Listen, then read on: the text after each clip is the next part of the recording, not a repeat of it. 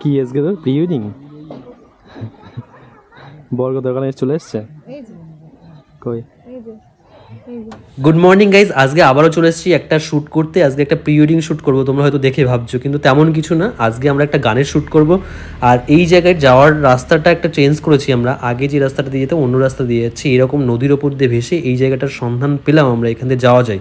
তো আমরা পৌঁছে গেছি নীলকুঠিতে। নীলকুঠিতে আমরা অনেকবারই এসেছি, কিন্তু অন্যরকমভাবে।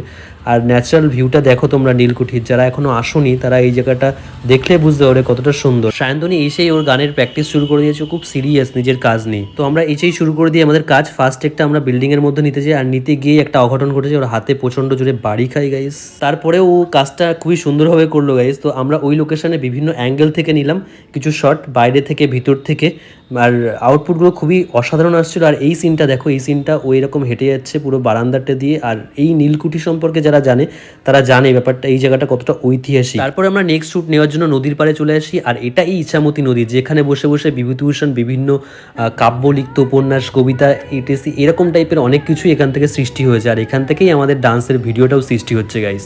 তো ওই পাড়েই রয়েছে পারমাদন ফরেস্ট, আর এই পাটে নীলকুঠি। তো এইখানে এই জঙ্গলটার মধ্যে আমরা অনেক রকম অ্যাঙ্গেলে, যেখানেই আমরা শ্যুট করি সেই জায়গাটাই অনেক রকম অ্যাঙ্গেলে নিয়ে নিই, কারণ ফুটেজ থাকলে খুবই সুবিধা হয়। আর এই যে স্টেপটা দিচ্ছিল, এই স্টেপটা আমার পার্সোনালি খুব ভালো লেগেছিল।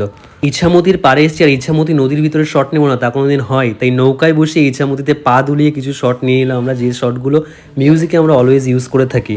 তো তারপরে আমাদের যে লোকেশনটায় নিয়ে গেছিলো, সেই লোকেশনটায় যাওয়ার পর আমরা তো অবাক।